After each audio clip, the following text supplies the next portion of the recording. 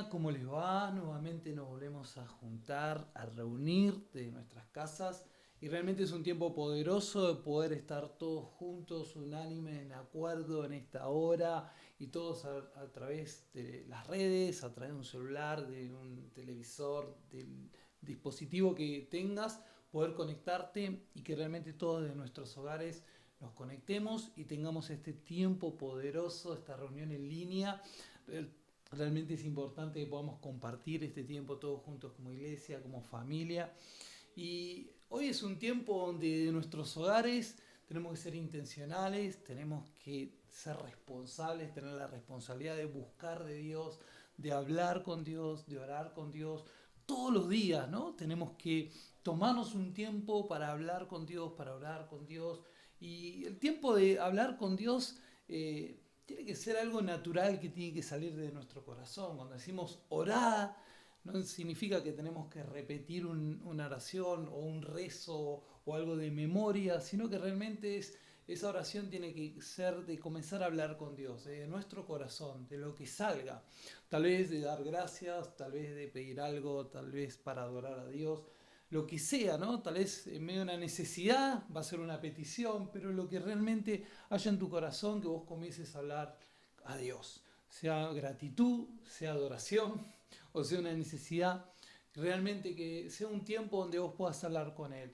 Y es necesario que sea cada día, todos los días, un momento que vos puedas tener de detenerte, a través de todas nuestras responsabilidades, nuestras obligaciones, todo lo que hacemos a diario, quehaceres y tantas ocupaciones que a veces tenemos que detenernos por un momento, frenarnos y pasar un tiempo con Dios. Ahí, si me acompañás con la Biblia, en Mateo 6:6, capítulo 6, versículo 6 del libro de Mateo dice: Mas tú cuando ores, entra en tu aposento y cerrada la puerta, ora a tu Padre que está en secreto. ¿Dónde está tu Padre? En secreto. Entonces, se trata de eso. No necesariamente tiene que ser una habitación que cerrar la puerta, sino que realmente tienes un momento donde vos te detenés, cerrás tus ojos o frenás de hacer una actividad y te detenés por un momento para buscar a Dios, para buscarlo. Dios ama la intimidad en lo secreto, ¿no? Ama la sabiduría, ama la intimidad y que vos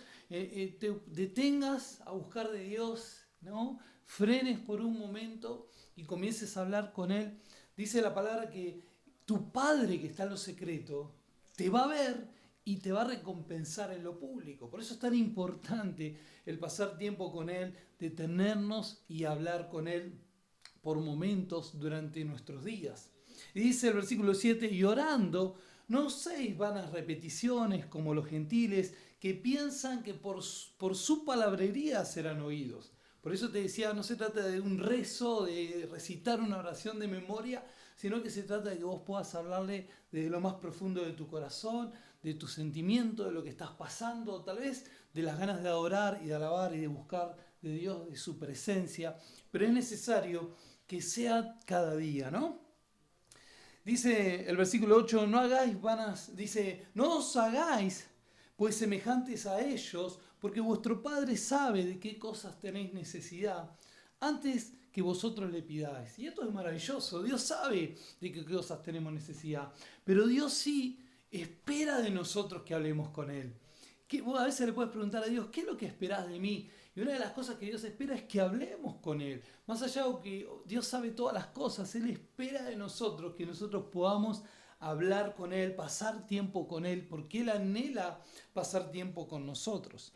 El versículo 9 dice, vosotros pues oraréis así. Jesús les estaba enseñando a orar a sus discípulos, ellos después de verlo, cómo Él vivía orando, siendo Jesús, siendo el Hijo de Dios, todos los días Él oraba y veía los frutos en su vida por la oración, le piden que les enseñe a orar, les pide que ellos también querían orar y Jesús les dice, vosotros pues oraréis así, Padre nuestro que estás en los cielos, santificado sea tu nombre. Mirá qué maravilloso, ¿no? Porque vamos a leerla toda de seguido así, puedo comenzar a ir por partes. Dice, venga tu reino, hágase tu voluntad como en el cielo, así también en la tierra. El pan nuestro de cada día, dánoslo hoy y perdona nuestras deudas como también nosotros perdonamos a nuestros deudores. no nos metas en tentación, mas líbranos del mal, porque tuyo es el reino, el poder y la gloria por todos los siglos. Amén. Cortita, concisa, precisa, pero poderosa. Y fíjate que comienza alabando, adorando, exaltando a Dios y termina de la misma manera. Tuyo es el reino, el poder y la gloria. Tenemos la introducción, ¿no? El nudo, el desenlace, pero realmente poder entender, cuando vos comenzás a buscar a Dios, comenzás a alabar, a exaltar, a adorarlo. Dice, Padre nuestro que estás en los cielos, santificado sea tu nombre. Que realmente sea un tiempo de adoración, de exaltarlo, de levantarlo, de decir lo que Él es, ¿no? Lo que Él representa para vos, lo que Él significa para vos, todo lo bonito y hermoso que podemos ver en atributos de Dios. Pero fíjate que dice, Padre nuestro que estás en los cielos. Y esta oración es tremenda porque primero es dirigirnos a Él como nuestro papá, ¿no? Padre nuestro, dirigirnos a Él como nuestro Padre. Y desde esta posición, nosotros como hijos, comenzar a hablar a Él como nuestro Padre. Es la mayor posición que vos y yo podemos tener. Más allá de lo que hagamos, nuestra mayor posición es la de hijos. Y desde ese lugar, desde esa posición, posicionarnos delante de Dios como nuestro Padre y comenzar a hablarle a Él. Y fíjate que dice Padre nuestro, no dice Padre mío. Padre nuestro, haciendo referencia a que es de todos, haciendo referencia a que nosotros somos sus hijos, somos hermanos entre nosotros, somos su familia, somos su iglesia. Desde esa posición, todos iguales, todos unánimes, todos juntos, desde esa posición que estamos todos iguales delante de Dios, decir Padre nuestro, porque es para todos. No es para algunos, sino que es para todos. Y así que esto es para vos también, que estás escuchando tal vez esto por primera vez, que realmente puedas dirigirte a Dios diciéndole, Padre nuestro, y que estás en los cielos. Habla de ese lugar de referencia, ¿no? De poder dirigirnos a Dios. No es que solamente Dios está en los cielos, sino que Dios está en todo lugar, está en tu vida, está en tu casa, está en tu familia. Pero realmente es para posicionarnos, ¿no? En ese lugar, lo que Dios representa, lo que Dios significa, de lo inmenso, de lo grande que es, que habita en los cielos, en todo lugar, omnipresente, omnisciente, que vos puedas posicionarte y tener esa reverencia, esa honra, ese amor para dirigirte hacia Él desde de esta condición y de nuestro corazón. Y después dice,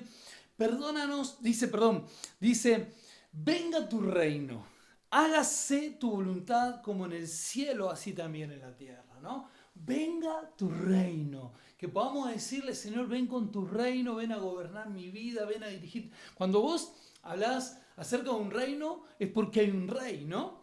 Y Él es nuestro Rey, Él es nuestro Salvador, Él es nuestro Señor, Él es nuestro Padre, pero Él es nuestro Rey. Y cuando decís, venga tu reino, ¿no? Que es, viene su gobierno, su dominio, Él viene a tomar el control de nuestras vidas, a gobernar nuestras vidas, a dirigir nuestras vidas.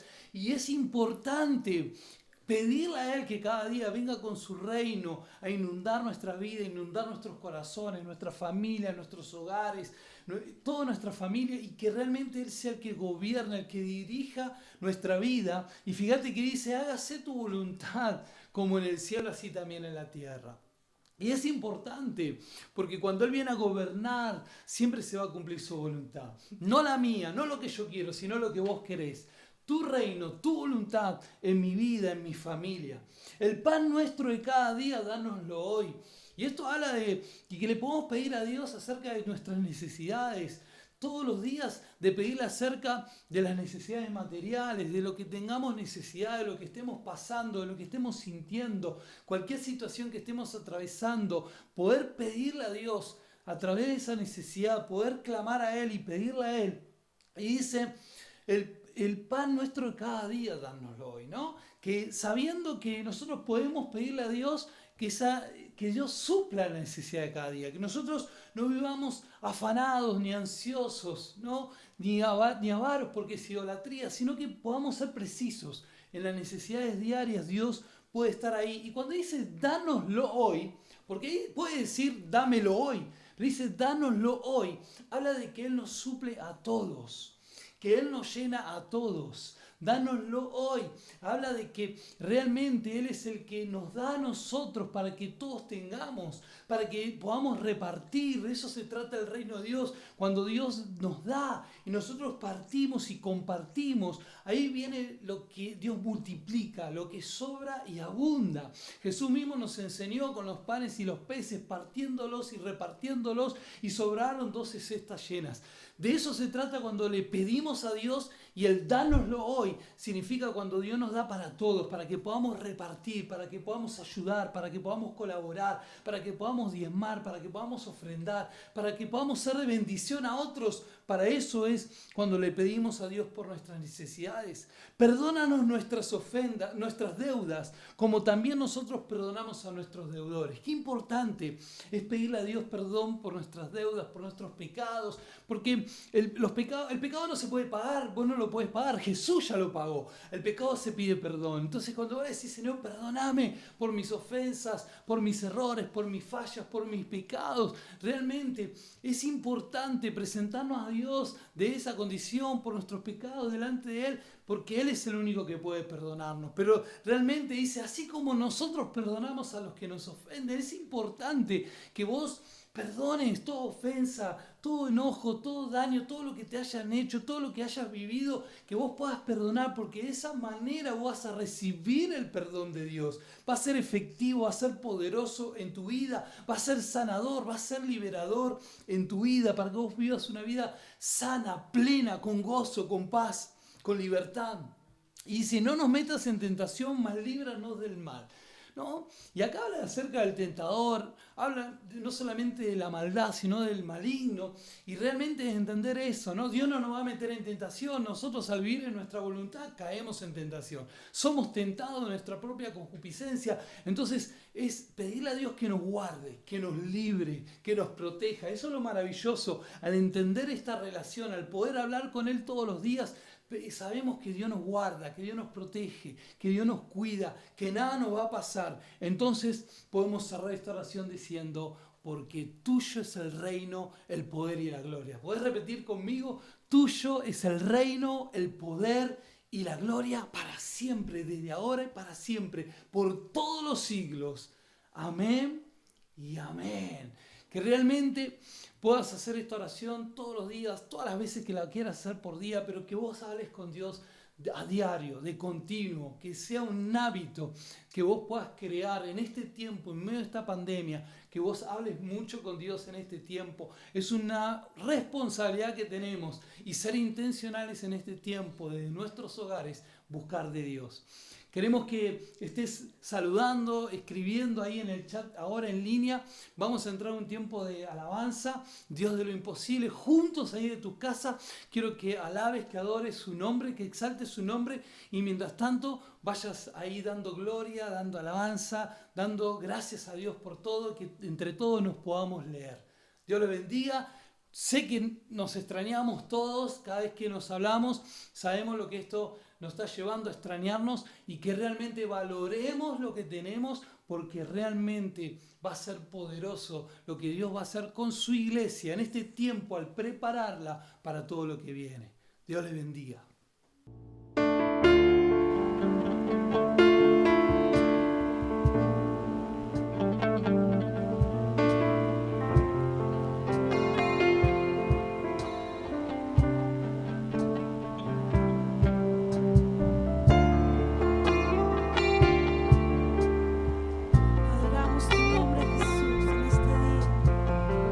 Levantamos tu nombre en alto. Nadie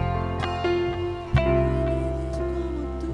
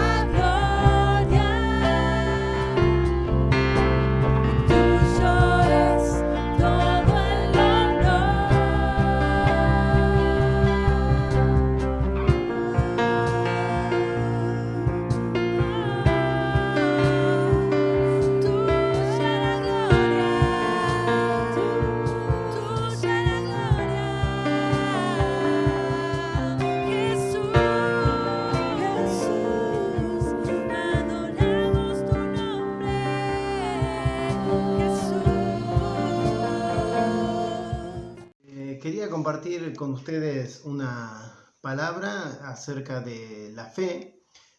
Obviamente cuando hablamos de la fe inmediatamente pensamos en Hebreos 11 y bueno, quizá algunos no saben que otros sí, que yo doy clase de matemática, y cuando leía Hebreos 11 me hacía acordar que cuando uno da una clase sobre un tema, normalmente uno da la definición, las propiedades, los ejemplos y las aplicaciones, ¿no? Y mirando Hebreos 11, la verdad que parece que estuviera hecho de esa manera con respecto a la fe, ¿no? Define la fe, después habla de cómo es la fe, o sea, sus propiedades, después también nos dice ejemplos de hombres y mujeres de fe, y luego en qué nos sirve a nosotros hoy en día, o sea, las aplicaciones de esa fe.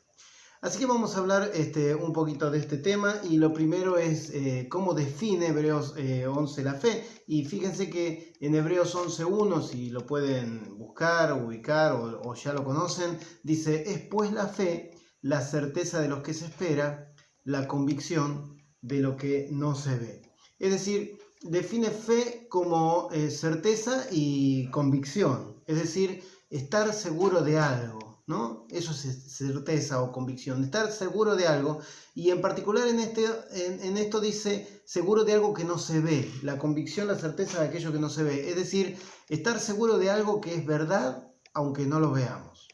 Por lo general somos de creer aquello que vemos, y aquí nos habla de estar seguro de algo que no vemos. Y en Romanos 8:24 dice que nosotros fuimos salvos en esperanza, porque dice que la esperanza no se ve, porque si uno lo ve, ¿para qué lo va a esperar, no? Pero lo que uno espera es aquello que no ve. Así que nos habla entonces la fe de algo que esperamos y de algo que no se ve, que no es visible para los ojos físicos, porque dice que si se viera no sería necesario esperarlo. Y además esa fe es la única prueba que necesitamos de eso que esperamos, no necesitamos ninguna otra prueba. Estamos seguros y convencidos de que es así porque tenemos fe de que es así. Y entonces así es en lo que consiste la fe. Solamente la fe es suficiente para considerar que aquello que no vemos es verdad. Y no podemos basar nuestra fe en las cosas que vemos, sino que necesitamos basarlo en lo que no se ve, porque dice también en la Biblia, en 2 Corintios 4:18, dice que las cosas que se ven son temporales, pero las que no se ven son eternas, ¿no? Entonces hay una gran diferencia, ¿no? Todas esas cosas que nosotros podemos ver son temporales, son pasajeras, y lo que no se ve, sin embargo, es para siempre, es eterno, ¿no? Esas cosas eternas son las que nosotros esperamos, son esas cosas en las que tenemos esperanzas, cosas que ningún ojo vio, ningún ojo humano pudo ver, pero que sin embargo Dios nos las ha preparado para que nosotros, los que creemos, los que tenemos fe, las podamos conocer. ¿Cuáles son esas cosas que no vemos y que creemos sin ver? Entonces, aquí en Hebreos nos habla de varias cosas, ¿no? En el versículo 6 dice: sin fe es imposible agradar a Dios, porque es necesario que el que se acerca a Dios crea que le hay y que es galardonador de lo que le buscan. Entonces, lo primero que nosotros tenemos fe es en que Dios existe, ¿no? Entonces, lo primero que acá nos dice es: sin fe es imposible agradar a Dios, porque es necesario que el que se acerca a Dios crea que le hay. Lo primero, lo más básico de la fe es creer que Dios existe. A Dios no lo podemos ver con nuestros ojos físicos, ¿eh? Por eso dice en el mismo capítulo de Hebreos, en el versículo 27, hablando de Moisés, dice: por fe dejó a Egipto, no temiendo la ira del rey, porque se sostuvo como viendo al invisible. Justamente desde el mismo concepto, ¿no? Tenemos fe en Dios que no lo vemos, porque lo que no vemos es eterno. El versículo 3 de Efesios nos dice que por fe entendemos haber sido constituido el universo por la palabra de Dios, de modo que lo que se ve fue hecho de lo que no se veía. ¿Qué es lo que vemos? Vemos el sol, vemos las estrellas, vemos el cielo, vemos la tierra, vemos la luna, vemos las cosas que Dios hizo, vemos los árboles, vemos los animales. A Dios que hizo esas cosas no las vemos, pero a las cosas sí las vemos. No necesitamos fe para creer en la luna, en la tierra, en el sol. No necesitamos fe porque son cosas que vemos, pero sí necesitamos nuestra fe para creer en el Dios que hizo todas esas cosas, ¿no? Esas cosas que vemos son temporales, por lo tanto tienen un comienzo y tienen un final. Pero aquello que no vemos es eterno. Dios no tiene un principio ni tiene un final. Los hombres buscan encontrar el principio de las cosas, ¿no es cierto? Hace ya un tiempo atrás se creó una máquina muy famosa que se llamó la máquina de Dios, que pretende encontrar ciertas partículas que tienen muy corta duración, y en realidad lo que ven los físicos no son las partículas, esas partículas no las ven nunca, ven solamente una traza en una imagen, una pequeña traza que no dura nada, nada, ni siquiera llega a los segundos, ¿no? Es muy poquito. Y sin embargo, la traza de Dios es enorme, lo que vemos de Dios es gigantesco, es todo el universo, ¿no es cierto? Entonces, si tienen fe para creer por esa pequeñísima traza en que existe esa partícula, cuanto más a nosotros por todo lo que vemos de Dios, ¿no? Nos hace pensar que Dios está ahí y que es el creador de todo eso. Lo segundo que creemos, según Hebreos 11:6, dice: es necesario que el que se acerca a Dios crea que le hay, que es lo primero que dijimos, y que es galardonador de los que le buscan. Entonces, lo segundo que tenemos que tener fe es que Dios va a premiar o premia a aquellos que lo buscan, que Dios tiene preparada una recompensa para aquellos que le buscan, y que esa recompensa no es temporal, por lo tanto no es visible, sino que es eterna y por lo tanto no se puede ver. Porque si la viéramos, habíamos leído hace un ratito en 2 Corintios 4:18, ¿para qué la vamos a esperar? Perdón, eso lo decía en Romanos 8:24, ¿para qué la vamos a esperar si la vemos? Pero las cosas que no se ven, esas son eternas. Luego, siguiendo con Hebreos, en los versículos 24 al 26, nos dice que por la fe Moisés, hecho ya grande, rehusó llamarse hijo de la hija de Faraón, escogiendo antes ser maltratado con el pueblo de Dios que gozar de los deleites temporales del pecado, teniendo por mayores riqueza el vituperio de Cristo que los tesoros de los egipcios, porque tenía puesta la mirada en el galardón. Moisés nos dice acá que tenía puesta la mirada en ese premio, en ese galardón, pero él no lo veía todavía, ¿no? Él tenía puesta la mirada en esa recompensa, y por eso acá nos hace y nos marcan estos versículos una diferencia en aquellas riquezas, los tesoros de los egipcios que eran temporales, los deleites temporales del pecado, contra esta mirada en el galardón que no se ve. En realidad no la veía, tenía la mirada puesta en algo que no veía, pero que es eterno.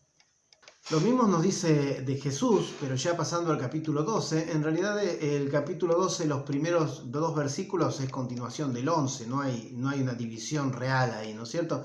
Y nos habla de Jesús y dice que nosotros tenemos que poner los ojos en Jesús, el autor y consumador de la fe, que dice que por el gozo puesto delante de él sufrió la cruz, menospreciando el oprobio, y se sentó a la diestra del trono de Dios. Dice que Jesús hizo lo mismo. Puso su mirada en aquello que no se veía, en aquello que él esperaba. No puso su mirada en el sufrimiento momentáneo que iba a pasar en la cruz, sino en lo que estaba más allá, lo que estaba detrás de esa cruz, y que era el premio que a él le esperaba. Así que Jesús mismo hizo eso, ¿no? Poner su mirada en esas cosas que no se ven y que son eternas. Ahora, ¿cuál es la recompensa esta invisible de la que hablamos para nosotros? En el versículo 10 de Hebreos 11 nos habla de Abraham y nos dice que él esperaba la ciudad que tiene fundamentos, cuyo arquitecto y constructor es Dios. Es decir, está diciendo que Abraham no esperaba algo simple, algo que él pudiera hacer. Él esperaba una ciudad que había sido diseñada y construida por Dios. Es decir, él tenía su mirada puesta justamente en algo que no se veía. Su esperanza no era solo recibir algo terrenal, sino recibir un premio mucho más allá, que era en base a la obediencia que él le daba a Dios. En Hebreos 11:16 nos dice que todos estos hombres de fe que nos da como ejemplo, dice que anhelaban una patria mejor y dice que es celestial, por lo cual dice que Dios no se avergüenza de llamarse Dios de ellos, sino que les ha preparado una ciudad. Entonces nos está hablando de que Dios les preparó una ciudad y dice que es celestial. Y qué casualidad, Jesús nos prometió lo mismo a nosotros, ¿no? ¿Se acuerdan en Juan 14? Los primeros versículos de Juan 14, dice, no se turbe vuestro corazón, creéis en Dios, creed también en mí. En la casa de mi Padre muchas moradas hay. Si así no fuera, yo se los hubiera dicho. Y dice, voy pues a preparar lugar para vosotros, y si me fuere y os prepararé el lugar, vendré otra vez y os tomaré a mí mismo, para que donde yo estoy, ustedes también estén. Entonces, ahí nos hace esa misma promesa de que Él está preparando un lugar, una morada para cada uno de nosotros, para que estemos juntos con Él, para que donde yo estoy, ustedes también estén. Por lo tanto, nuestra fe es la seguridad de esto, algo invisible, algo que esperamos y que vamos a recibir, que según estos versículos que estamos leyendo, es una casa, es una ciudad, es una patria que está en un lugar real que Jesús lo llama la casa de mi Padre y que dice que ahí vamos a vivir con Él.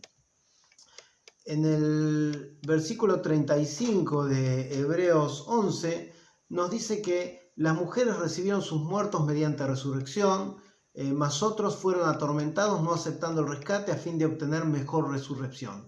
En este caso nos está dando otra cosa más que nosotros esperamos y que no vemos todavía, que es el tema de la resurrección. Es otra de las cosas en las que nosotros tenemos fe.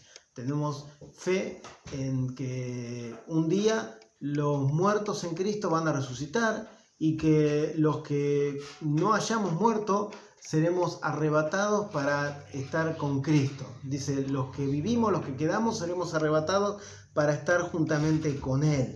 Entonces creemos en la resurrección de Cristo y que Él ascendió al cielo, y creemos que nosotros, así como Él resucitó, también vamos a resucitar para estar junto con Él. Esto significa que lo vamos a ver, y significa que cuando lo veamos vamos a ser tal como Él es. Eso también nos lo enseña la palabra y es parte de lo que creemos y es parte de nuestra fe. Dice en Filipenses 3, versículos 20 y 21, nuestra ciudadanía está en los cielos, de donde también esperamos al Salvador, al Señor Jesucristo, el cual transformará el cuerpo de la humillación nuestra para que sea semejante al cuerpo de la gloria suya, por el poder con el cual puede también sujetar a sí mismo todas las cosas. Es decir, tenemos fe en que un día Jesús va a volver a buscarnos y cuando lo veamos a Él cara a cara vamos a ser transformados a su imagen, a su semejanza. Y esto es algo que nos alienta y que nos permite seguir. La verdad que es algo maravilloso y esta tiene que ser nuestra esperanza. Esto es lo que realmente esperamos. En esto tenemos que tener fe.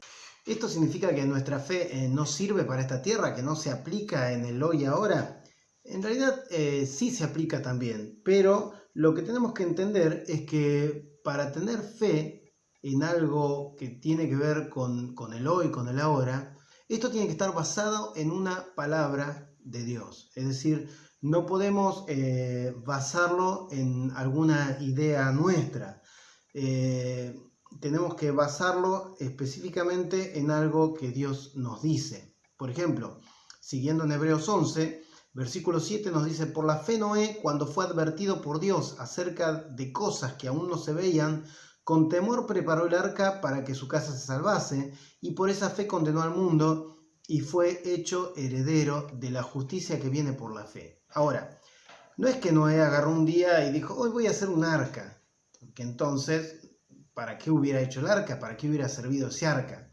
Sino que fue advertido por Dios. Es decir, él hizo el arca por fe en una palabra que Dios le dio. El versículo 8 dice, por la fe Abraham, siendo llamado, obedeció para salir al lugar que había de recibir como herencia, y salió sin saber a dónde iba.